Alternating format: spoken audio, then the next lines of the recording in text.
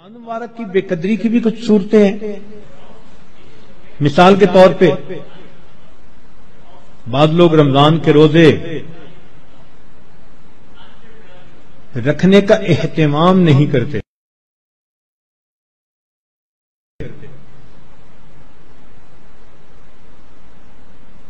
یہ رمضان کی بے قدری ہے۔ اور کئی مرتبہ سحری کھا کے سو جاتے ہیں کہ میں تھوڑی دیر ذرا آرام کر لوں، اٹھ کے فجر پڑھوں گا، اور شیطان کو نماز قضا کروانے کا موقع مل جاتا ہے۔ یہ رمضان مبارک کی بے قدری ہے۔ اسی طرح افطاری کے انتظار میں باجماعت نماز چھوڑ بیٹھتے ہیں، یہ بھی رمضان مبارک کی بے قدری ہوئی۔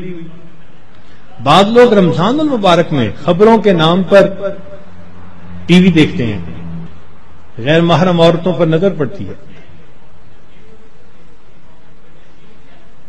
بازار سے گزرتے ہوئے اپنی نگاہ کا احتیاط نہیں کرتے، یہ بھی رمضان مبارک کی بے قدری ہوئی۔ اخبار بینی کے شوق میں تصاویر بھی دیکھتے ہیں، یا بعض لوگوں کو دیکھا کہ بھوک سے بچنے کے لیے یا پیاس کے احساس سے بچنے کے لیے ڈائجسٹ پڑھنا شروع کر دیتے ہیں، ناول، افسانے، کہ وقت گزر جائے۔ تو وقت گزاری کے لیے ڈائجسٹ جیسی کتابیں اور اس طرح کی کتابوں کا پڑھنا، یہ بھی رمضان مبارک کی بے قدری ہے۔ اس سے تو بہتر تھا کہ آپ قرآن مجید کی تلاوت کر لیتے۔ اور بعض مرتبہ عورتیں گھر کے کام کاج میں لگی ہوتی ہیں تو وہ وقت گزاری کے لیے موسیقی والی قوالی لگا دیتی ہیں، اور ایسی آج کل قوالیاں بن بھی خوب رہی ہیں گانوں کی طرز پر۔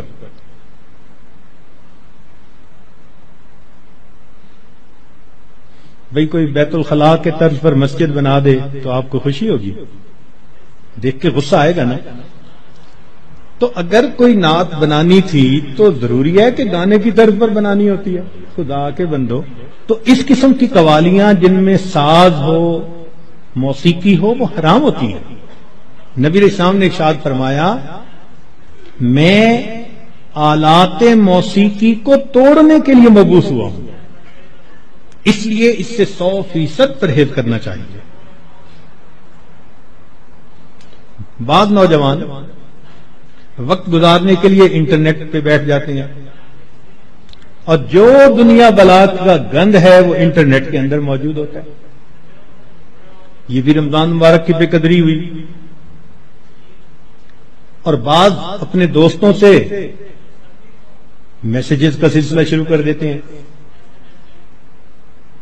یہ بھی رمضان مبارک کی بے قدری۔ اور اس سے بڑھ کر اور گناہ یہ کہ سیل فون کے اوپر غیر محرم سے باتیں کرتے ہیں یا اس کو میسج بھیجتے ہیں، یہ بھی رمضان کی بے قدری ہے۔ اور یہ بھی رمضان کی بے قدری ہے کہ انسان غیر محرم کو کہے کہ میں اب رمضان میں میسج نہیں بھیجوں گا، اس کے بعد بھیجوں گا،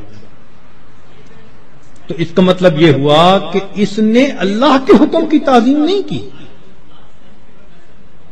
تو رمضان میں ان گناہوں کو کاملاً چھوڑنا ہے، یہ نہیں کہ صرف رمضان کے لیے چھوڑنا ہے۔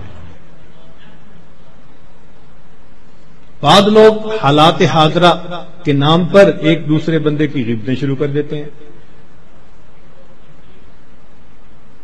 بعض لوگ رمضان میں یہ کہنے میں بڑا خوش محسوس کرتے ہیں، آج روزہ بڑا لگ رہا ہے۔ بھائی صبر کیجئے، صبر کا مہینہ ہے، اور روزہ لگا بھی تو کتنے گھنٹے کی بات ہے، چند گھنٹے کی بات ہے، مگر وہ اس کو ایک ٹاپک بنا لیتے ہیں، ہر آنے والے کو بس میں اٹھ نہ سکا، تھوڑا وقت تھا، پانی نہ پی سکا اور کھانا نہ کھا سکا، ایسے لگتا ہے جیسے روزے کا ماتم کر رہے ہو بیٹھے ہوئے، یہ بھی رمضان کی بے قدری ہے۔ رمضان مبارک میں جو آدمی اللہ رب العزت کے قرب کے لیے کوششیں کرے گا، یقیناً اللہ رب العزت اس کے گناہوں کو معاف فرمائیں گے اور اسے اپنا قرب عطا